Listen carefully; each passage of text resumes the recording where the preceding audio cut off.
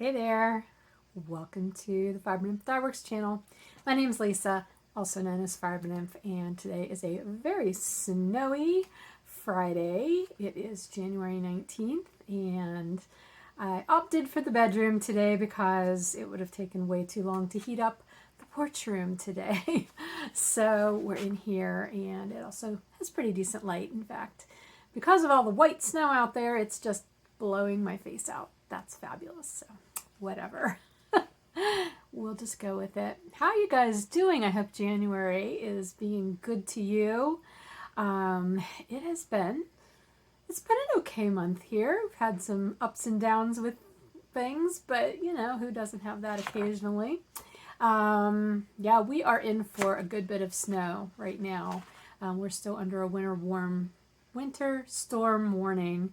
They were calling for 6 to 12 inches of snow from yesterday evening, I think, through tomorrow, partway. Yeah, I don't know. We have not gotten that much, but there's a good bit of snow out there. We might have gotten 6 inches by now. I don't know. I haven't been out, and I don't have a reason to leave my house until at least Monday. So I'm not worrying about it. I'm just staying in, staying cozy, have a fire in the fireplace out there. I wish the light was better out there because I could record out there. Except anytime I've ever recorded in front of the fireplace, then it pops and makes a lot of noise and scares people. So anyway, I have coffee in my clay monster pottery mug. I love this mug. So much fun. Anyway, yeah, it was make an extra half a pot of coffee day today. So I'm enjoying that. And I recently switched to oat milk creamer. Because I haven't always. I used to drink black coffee. I can't do black coffee anymore. But I usually would do like just regular flavored creamers. But lately they've been really bothering my stomach, which is weird because they're non-dairy. I don't get along super well with dairy, you know. Cheese I can do, but cream and milk and things, not so much. But yeah, it started really bothering me, and so I thought, well, I'll try oat milk creamer because I don't drink oat milk, but I'll use oat milk in things, and I really kind of like it. So yay for oat milk creamer. This is gingerbread, and it's very, very tasty. And what I'm wearing, I'm not wearing a sweater, but I am wearing this fun cowl that I made last year. Matter of fact, I looked at my Ravelry page and I realized I finished this last January 19th, so exactly a year ago. So that is the Leah Cowl. It's a crocheted, it's basically a granny triangle that you then join in the round. I did a lot of modifications. I know, shocker. And then I don't remember a lot about making it. I made it from scraps, but as far as the construction, I don't remember a lot of what I wrote in my notes about having issues with like the different edgings and things that the pattern called for. So I did a lot of my own things, essentially. Like my edge at the top, I just finished with a single crochet edge in that pink. And instead of doing anything on the edges here, I just did a lot of fringe, which I really like. So you know I love my fringe. Fringe and tassels. They're awesome. Anyway, what else do I have to tell you as far as announcements? I just sent out a newsletter today because I listed a whole bunch of semi-solid tweeds. Here's my representation bin of them. So I decided we needed something cozy that I could just dye up and put in the shop and have ready to ship out, no pre-orders and stuff. And so I had a lot of tweed in stock, both fingering weight and DK, and both my regular tweed, like the natural colored tweedy neps, as well as the confetti tweed, like the bright fun colored neps. The only difference in the fingering weight natural color, this is not my Mountain Tweed BFL. This is Mountain Tweed Merino. It's superwash. But usually my full skeins are the Mountain Tweed BFL, but I accidentally ordered in 2 bags of the Mountain Tweed Merino tweed.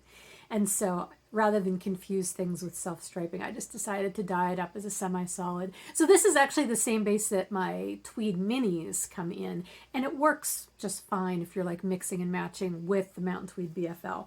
but that's the only difference in the fingering weight. But then we've got the DK weight with the natural neps and the DK weight in the confetti neps.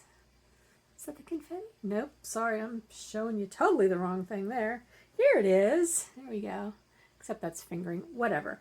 It's all there. Trust me. So if you are in the mood for something just fun and bright, I feel like tweed is like my go-to cozy knitting base that when I want like a little rustic touch to it, because it, you know, that those tweedy bits, they're kind of rustic, but it's still soft and cozy. I love it. Anyway, so that's in the shop now. And what else do I want to tell you? Oh, the Lepidoptera Yarn and Fiber Club round 2. The sign-ups are open through this coming Sunday, so you only have a few more days if you want to sign up for that. And also the next 2 Middle Earth Imagine colorways I released into the shop since the last time I talked to you guys. It's the Order of Wizards and Gandalf the Grey. So those 2 colorways are up in the shop right now for pre-orders. They're up as semi-solid, or I'm sorry, self-striping, mini skein sets, and then there's fiber options, braids and spinning sets. So those are all up in the shop right now, and that's up through the following Sunday, Sunday the 28th. So you can check those out when you're in the shop too, if you would like to. And just on a sort of sad note, actually it is a sad note, I talked to you last time about I knit the little sweater for our cat, Kit Kat, because he's been, you know, declining quickly, and we lost him Monday morning. So it was sad. I'm not going to talk too much about it because I'll end up crying, but it relates. I wanted to say that now because it does relate to one of my projects that I'm going to show you. Yeah, poor baby, but last weekend was a rough weekend with him, so it was really kind of a blessing that he went. So anyway, all right, let's get started with the crafting. Okay, so my first project that I'm going to show you, actually, don't fall, is the project that I started the day that he passed. It was a really hard thing for me that morning because I found him, like I was up first, and he had been sleeping on our ottoman. And he wasn't, like I said, last weekend was really rough and he hadn't been getting around well, and so we tried to make everything safe for him. He still managed to get himself off the ottoman and like laying in a position where he was not able to, I think he just didn't have the energy and he couldn't get up. Or maybe he had a stroke. We don't really know.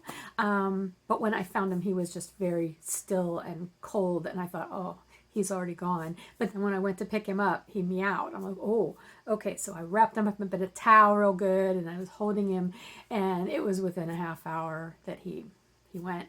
But he went while I was holding him. And I mean, that was sad, but I was so glad to be there, to be that source of warmth and comfort for him in his final moments. See, I'm going to cry if I talk about this too much. Anyway, that also just sort of triggered a whole lot of other grief trauma. You guys probably, if you've watched for a while, you know I lost my oldest son about a year and a half ago. And so, like, you know, grief is weird and it can be triggered by so many things. And that was one of them. And so that day I decided I just needed to take care of myself. And so that is what I did. And I decided I needed to do a comfort knit, something that was just going to, you know, be comfortable and cozy for me. And so I didn't want to do any of my other projects that I already had going. And so I cast on a hat. And what is more cozy than hand spun, honestly, comforting? So I pulled out, actually the basket is sitting right there. I had a basket of just small bits of hand spun. I think I pulled that out when I was doing some punch needle several years ago. But anyway, I started knitting this hat, right? Look, it's gigantic. Oh my gosh. It's really, really big. And I wasn't following a pattern. I cast on, actually I used the same stitch count and needles that I had been using for the Sagamore flyover hats that I made recently. So cast on 90 stitches, which that's not even a stitch count for that pattern. It's just what I was using. Cast on 90 stitches, used US 5s for the brim, US 7s for the body of the hat. And as I was working through it, I had a lot of this color. I had about just under 50 grams, but I knew that wasn't going to be enough for the whole hat. So then I was adding in just random stripes of other colors. And here was my thought process, because Kit Kat, he was a beautiful black and white cat, but he was forever outside, like in his healthy days.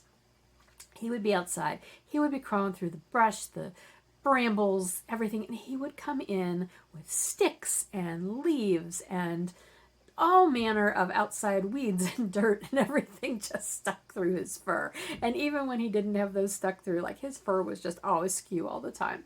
And so I just wanted to knit something that just had like random bits of crazy stuff representing that in him. And so that was the goal there. But then as I was getting about halfway through the hat, I thought, oh, it would be so much fun to add like the kitty cat ears, you know, kind of like the Pussy Hats had a while back. But I had knit a decorum hat, which is a pattern by Hunter Hammerson.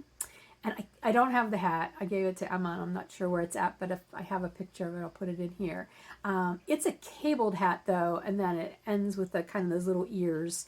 And so I thought, well, I'll just follow the chart for the ears. Well, that didn't work super well on this because, again, there was cables in the rest of the hat, and I think that helped to pull everything in. And so this is just way too big. Plus, I think I knit it too tall before I started that part. And so after I did the ears and I thought, that's not going to look great, I decided to try to bind off like 2 stitches at a time instead of just 1. I thought that would draw it in, which it did a little bit. But then as I wound my end in, I thought, well, I'll just like wind it in and then cinch it. So that's what we've got. It's a hot mess. Very Kit Kat, frankly. So I have the needle still on here. I'm going to pick that out. I'm going to drop back probably, I don't know. I'm not sure how far I'm going to drop back, but I'm just going to knit it as a regular beanie. I'm not going to bother with the ears. Yeah, I still want the hat, but I need to have it be something that I can actually wear. So we'll see. I don't know when I'll get to do this, but I want to do it. But anyway, yeah. So right now it's just living in this cute little bag. This was a gift to me, or it was gifted to me by Carol from A Stitch in Time a while back. She sent this to me when we were swapping something else. I think she sent me a bag as a prize, and then she also sent me a bag for me. So isn't it cute? She makes great bags. So anyway, that's my first project that I'm going to say is a semi-fail. I mean, I know I'll end up with a hat at the end, but right now it's not a hat that's wearable. So there's that. Another thing I've been working on, and I showed it to you last time. I'm going to show it to you now before I rip it out because it's apparently a theme. So this is my reciprocal shawl that I was making out of Rios, and it was coming along just fine. And then I got to the halfway point where I needed to join the second ball of yarn. And you're going to just laugh or shake your head because that's what I did. Can you see where I joined the second ball of yarn? Like, what the heck? Like, you know, total rookie mistake. Total rookie mistake, because you look at the 2 skeins and you're like, oh, they're very close. They look fine together. Should have been alternating them the entire way through. Did I? No, because I thought they looked the same. And then I started this and I'm like, oh my gosh, I cannot. Like, even if I was keeping this for me, which I'm not, it was for a gift, I could not do that. So I am going to be ripping this out. I don't know that I'm going to cast it back on and alternate the skeins for this particular project. I may just knit something altogether different for the gift recipient because it's not like a hurry kind of thing. It's just something I wanted to have on hand so that I would have it to give that person this coming year at some point. But man, when I saw that, I'm like, I cannot believe that I fell for that. Like, oh, they look fun, especially with the Rios, because they're all hand-dyed and they're very different. Like, I've had that happen before, and I know to alternate, but I didn't. Anyway, so that one is also going to get ripped out. Whether it gets reknit or not right now, I don't know. But I'll have the yarn on hand, and I'll know next time if I'm going to use both skeins in the same project, they need to be alternated. And I'm keeping this in this bag, which is an Adorn It bag. This was one of her pigskin party colorways that I dyed the yarn to go with the bags. I want to say maybe 2 years ago. I don't remember. I think it was No Place Like Home was the colorway maybe, but the bag's super cute. I'm trying to use my my Adorn It bags because I get extra points for them in the Down Cellar Studio Pigskin Party right now. However, oh yeah, it does say 2021 actually. Yeah, and obviously I'm not going to be getting any points for this anyway because I'm ripping it out. Okay. Some weeks you just have projects that don't quite work out. But that's okay, because then you have other ones that work really well. So let's move on to some of those. Okay. Let's go with my blanket, because I am excited to tell you that I have reached the decreases on my corner to corner crochet blanket, which is in this lovely fair trade woven basket bag. I don't know. I got it last year at the Fayette County Fiber Festival where I vended. Okay, so this is huge. I'm not going to be able to hold the whole thing up for you, but I will hold up what you can, so you can see a little bit. I think I have a picture that I took after I had been doing the decreases a bit. If I do have that, I will put it in here. I can't remember at this point if I took one or not. So you may recall me saying that I needed to get to 68 inches across, and then I would stop increasing, but I would just add length for another 10 inches because I wanted to end up with it being 68 inches by 78 inches. Well, as I was approaching 68 inches, I laid it out on the bed and realized that I did not need it to be 60 or 78 inches long also, because that would have covered the entire top of our queen size bed. And I'm not making it to be a comforter or anything. It just needs to be on the part of us where we sleep, like from our necks down. So 68 inches square was going to be perfectly fine as a size, which means that's less crochet I need to do, right?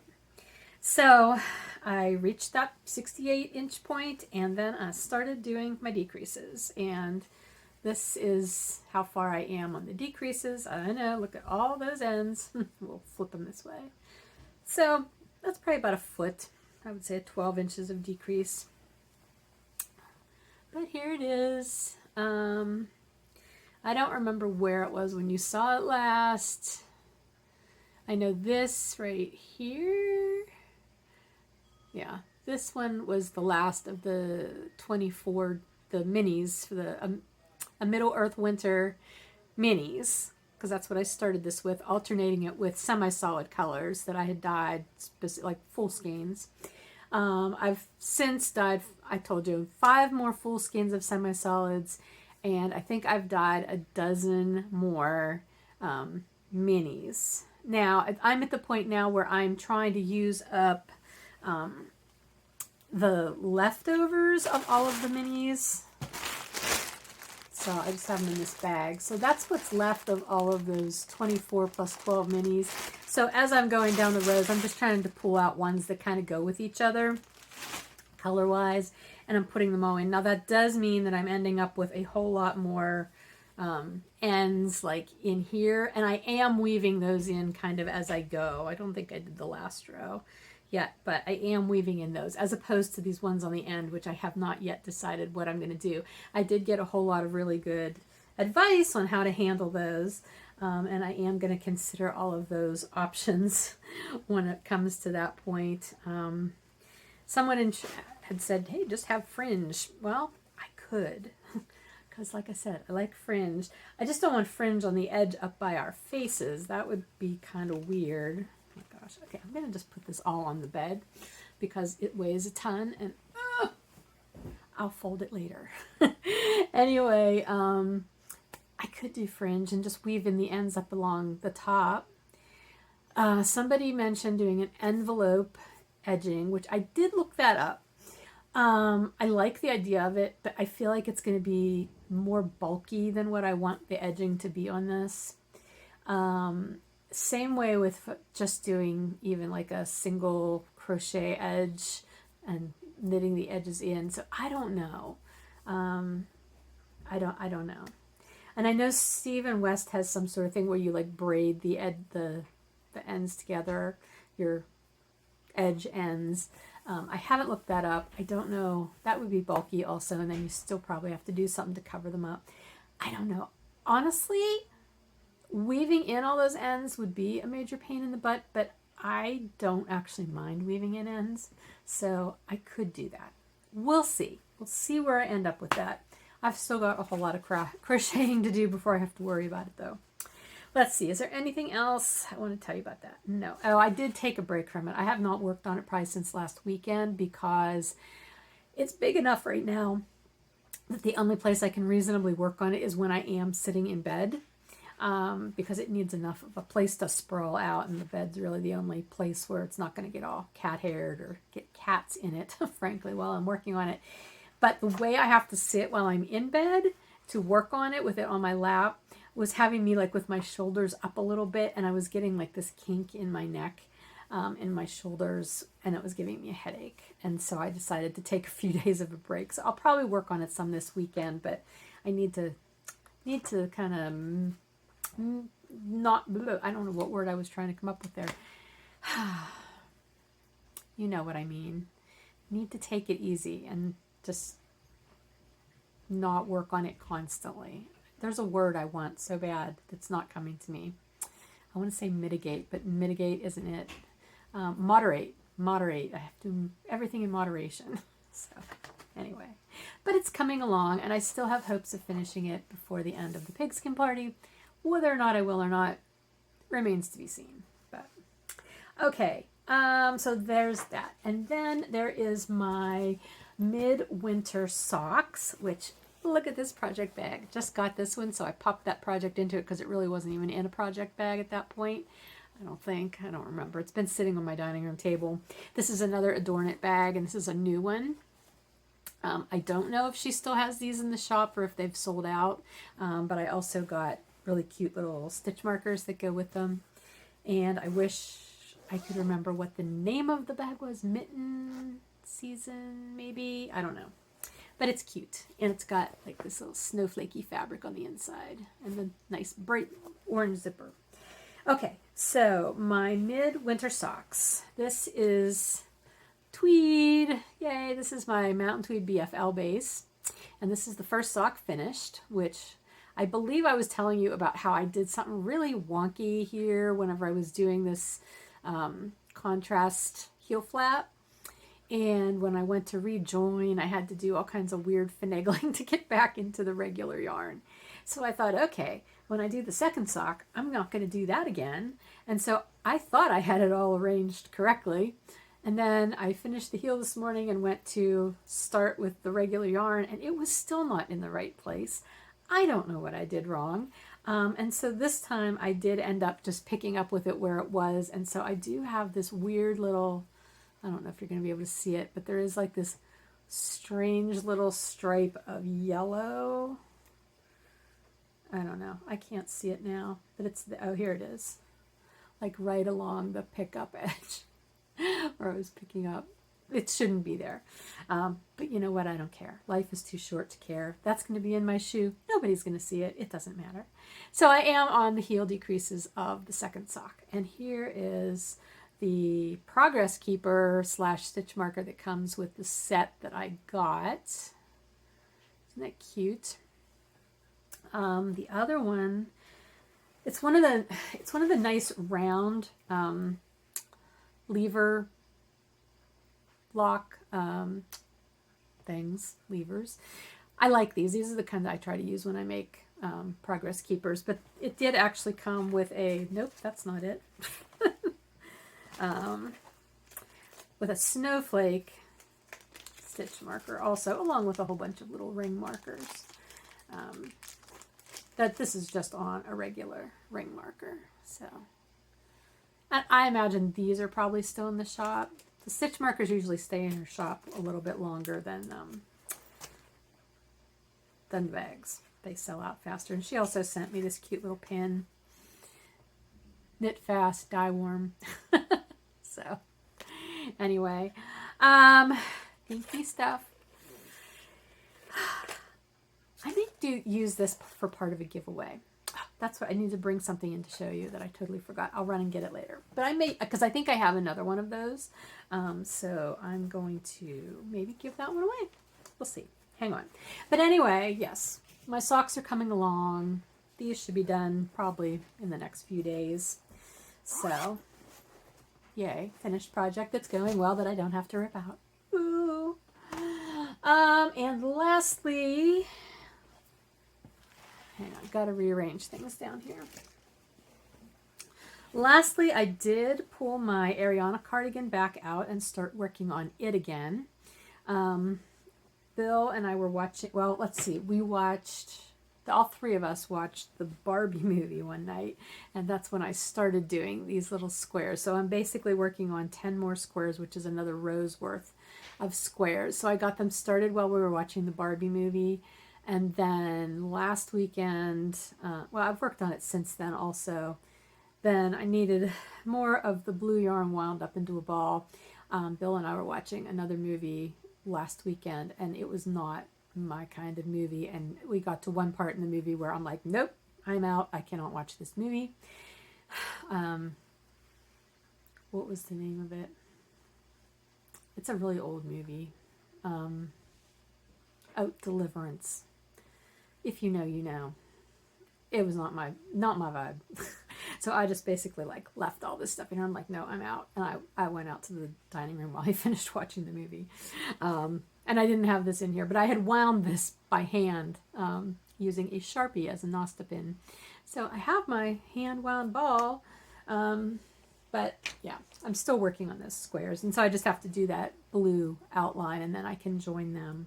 So that is coming along. But again, the crochet, I took a little break from this also because the crochet movement seems to be what is bothering my shoulder, especially when I'm sitting in here in bed to do that. So, I don't know. Anyway, I think that's all the projects that I worked on. Yeah, that's it. That's everything I've worked on. No finished objects this week other than the hat that's going to get ripped out. But that's okay. You can't have finished objects every week. So that takes us to the project pool make along, which is underway, and I'm having so much fun watching all of the finished projects that you guys have already. If you don't know about the project pool make along, it's my 2024 make along. It'll be going on all year. It's a very loosey-goosey, low-key, low-stress knit along. Or I'm sorry, make along. It's not just knitting, crochet, weaving, spinning, sewing. Things that aren't fiber artsy, that's fine too. For me, I have like making a new recipe every week, trying a new recipe every week is one of my goals. And also non-fiber artsy, like coloring. I've been coloring this past week. It's a really relaxing thing to do at night, especially when you're tired and don't have the energy to do anything else that takes thought or attention. Those are things on my project pool list. So yay, those are fun. I did record an intro video to the 2024 project pool make along, so you can watch that if you want. I will try to link it up here wherever that happens. Yeah, and there's also a blog post on the Fiber Nymph Dye Works website about it, as well as a thread in the Ravelry group. So you can check any of those places. I'd love to have you join in. It's such a fun community. Most of the chatter does take place on Ravelry, but you can also tag items if you want to post on Instagram using the hashtag FDW Project Pool Mal 24. And yeah, that's it. So,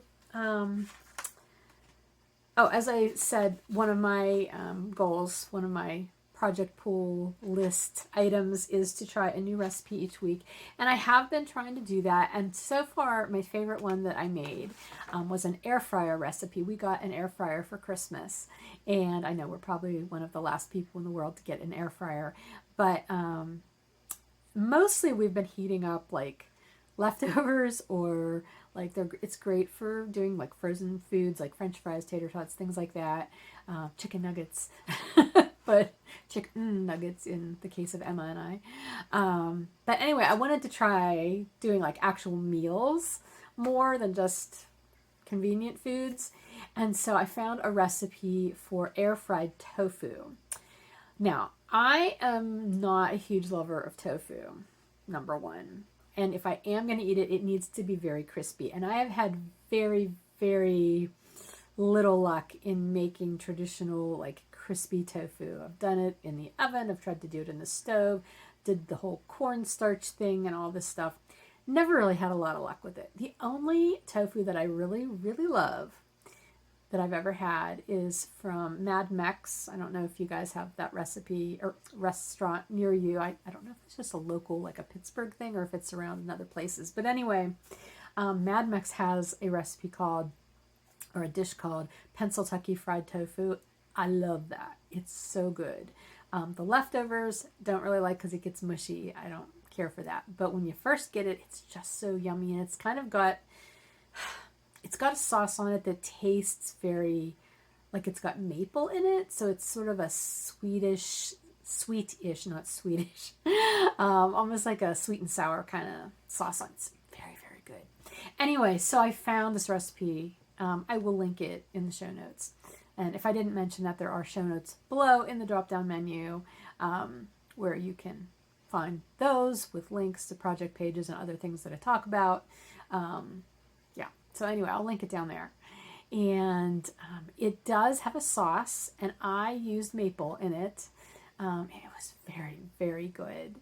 I don't know that we had any leftovers, and if we did, Emma must have taken them to work with her. But the other thing is, I bought a block of chickpea tofu, which I had never heard of before, but they had it when I was grocery shopping, and it was very, very firm, and it wasn't nearly as moist as traditional soy tofu. I don't know if that's one of those things like almond milk being called milk. Is tofu even tofu if it's not made from soy? I don't know. But this was chickpea tofu. So if you don't care for tofu, but you might want to try the chickpea tofu because the texture is much more to my liking. It was not that squish. Loved it. It was very, very good. So highly recommend chickpea tofu. Also highly recommend this recipe that I'm going to link. And we just had it over rice. So anyway, yum, yum.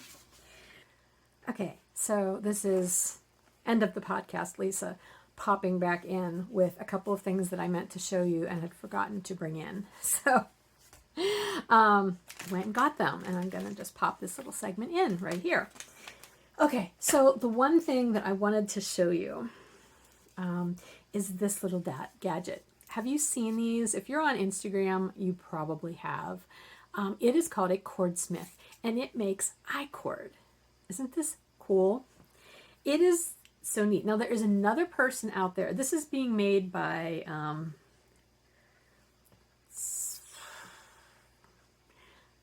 is it on her return label?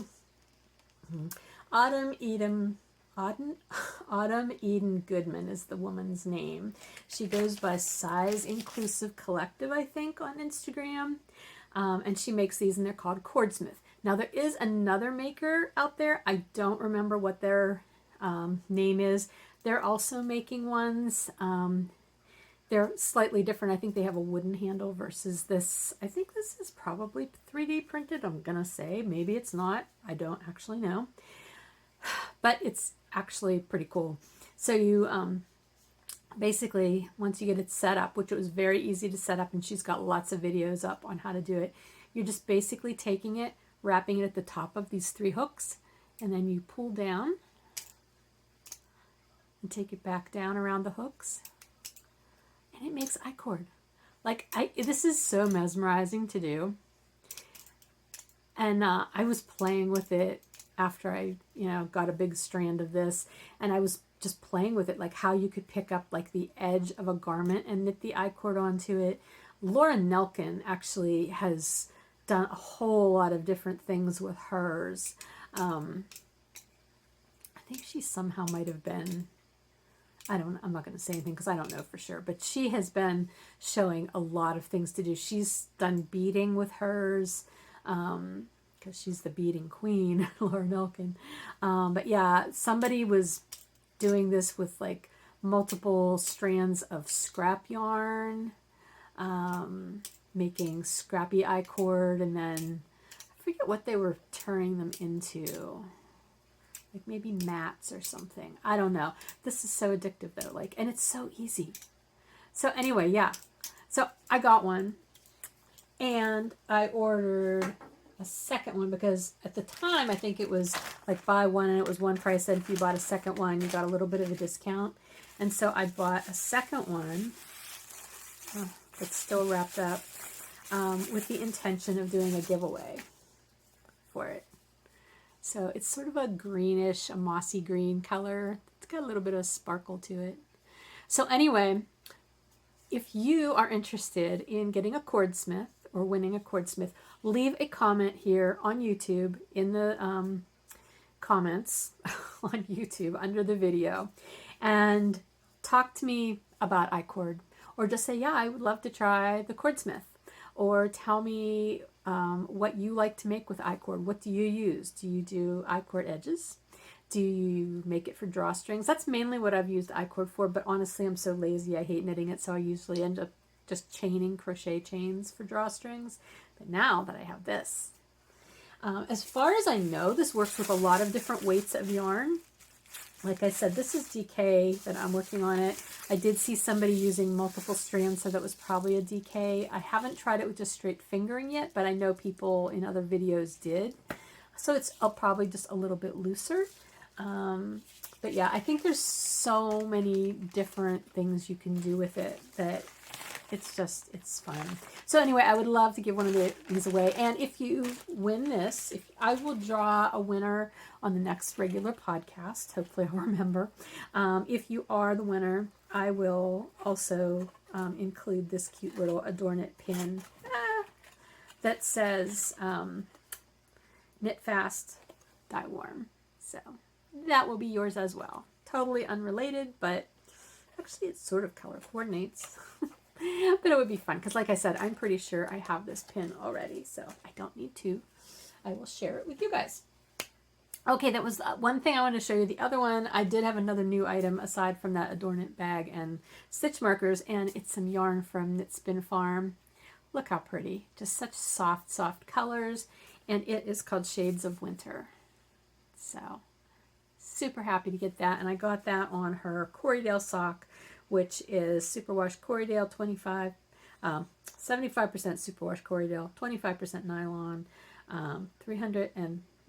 434 yards. Boy, can't read anything right now. And it is 7 stripes in pale wintry neutrals. So that's going to be a fun pair of socks. I need to get on the ball and knit socks out of her yarn. I've got a lot of her yarn. Love her yarn.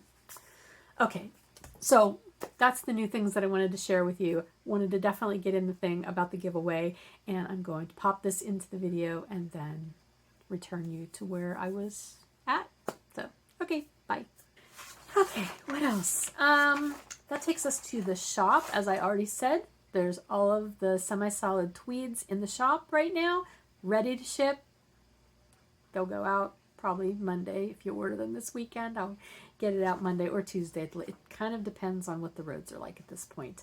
And I already mentioned the second installment sign-ups for the Lepidoptera Yarn Fiber Club. Sunday's your last day to do a sign-up for that. That'll close at the end of the day Sunday. And then those 2 new Middle-earth Imagined colorways, the Order of Wizards and Gandalf the Grey. Those are up for pre-order for another full week yet, and that will be through Sunday the 28th. So yeah, that's what's going on in the shop. I'm working on a bunch of other new things. Some I cannot wait to show you. Actually all of them I can't wait to show you, but I have to be patient. I feel like sometimes I mention things, oh, this is going to be in the shop soon, and then it takes me longer than I anticipate to get it out, and it always feels weird doing that. So I'm trying to not do that. Just know I've got lots of things in the works, and it's really exciting. Okay. That just leaves us with life stuff, and it has been a week. It has been a week. When Monday started, losing Kit Kat, and like that just, nowhere to go but up. However, the other thing, for the couple of weeks prior to that, I had suddenly started breaking out in like some sort of weird allergic rash.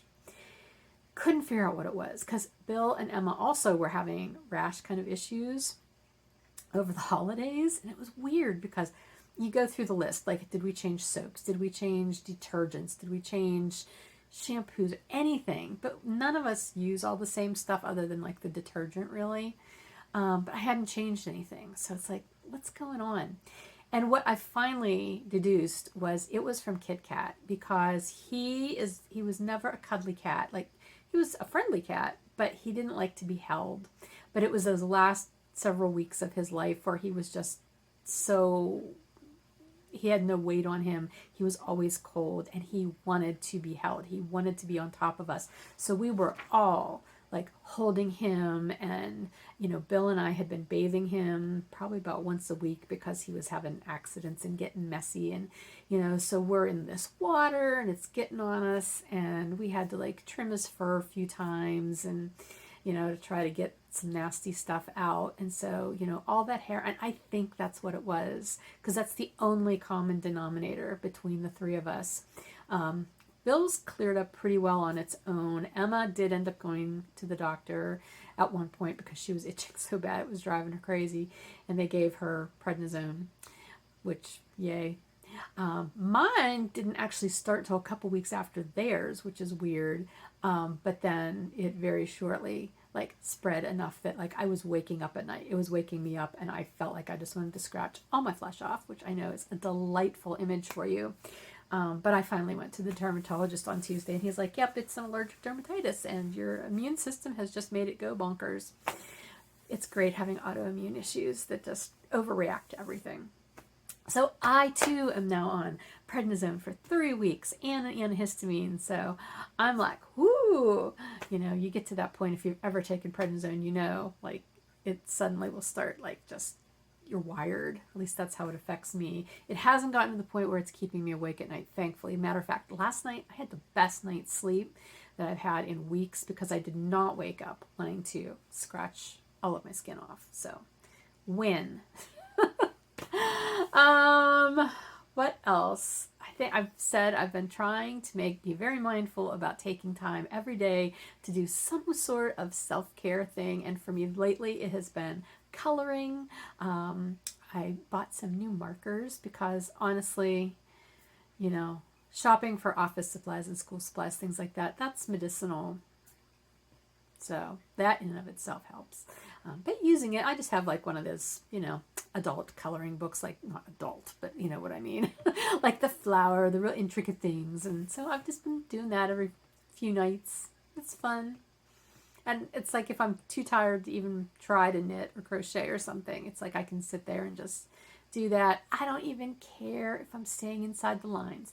Staying inside the lines is way overrated whenever it's a self-care thing. Unless it would drive you crazy to not stay in the lines, then by all means, stay in the lines. Today, my self-care thing was I made myself deviled eggs for breakfast. I watched a TikTok yesterday, and it was this guy. He's like, I don't know who needs to hear this, but you do not need permission to make deviled eggs for yourself. You don't have to share them, because let's face it, if those people who want your deviled eggs just saw it as a hard-boiled egg, they wouldn't want it. They only want it because it's fancy. You can have them, and you can eat them all by yourself. And I thought, yeah, I could. And the other thing that made it very appealing was he showed how he makes them. He puts the egg yolks and whatever he's mixing it with, like mayonnaise and mustard and relish or whatever you want to put in it, and then just a plastic little Ziploc baggie, and squishes it all together. You don't have to put it in a bowl, dirty a bowl, and like beat it up or whatever, and you just pipe it right out of the bowl into the eggs. I never thought of that. I know we used to do that like in a bowl and then put it in like an actual piping bag with the fancy tip. Yeah, you don't have to do that. So I had 2 hard-boiled eggs that I deviled. They were amazing. I don't put relish in mine, but I do put the relish like liquid, just a little bit. And I put a little too much because it was a little runny. So if I do it again, which I will, because I don't need permission, I can just do it. Yeah, I'll use a little less, but it just gives it a little tang. So, and I put some like hot pepper in mine. He said to put sriracha. I might do sriracha next time because I do like sriracha on hard-boiled eggs. Anyway, so that was a self-care tip.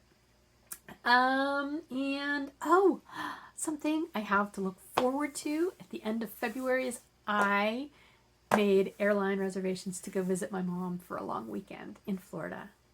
After everything that happened with Kit Kat on Monday, literally, like, I was just like, I need my mother. Like, you never get too old to need your mom when you're having an emotional time, I'm convinced. And I realize that at my age, I am very fortunate to still have my mother, because a lot of my friends do not. And or one parent or another, or both. And so I'm very fortunate, and I just keep telling Bill, like, she's not getting any younger. I'm not getting any younger, and I want to have as much time as possible with her. So I made the reservations. She is ecstatic because she's going to be coming up here in July, but she thought she wasn't going to see me till then. So now that I'm going down there at the end of February, she is so happy. And as it turns out, Bill's also probably going to be down there 2 different times before that, because he is now planning to do a solo canoe trip in the Everglades. Just on the spur of the moment.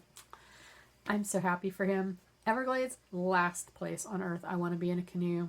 Alligators, pythons, spiders, bugs that have all kinds of disease. Absolutely not my place. But he's been there before on solo trips, and he loves it, and so more power to him. But he'll probably stay with my mom one night on the way down and then one night on the way back. So she's getting to see everybody. Okay, I think that's it. I'm going to go.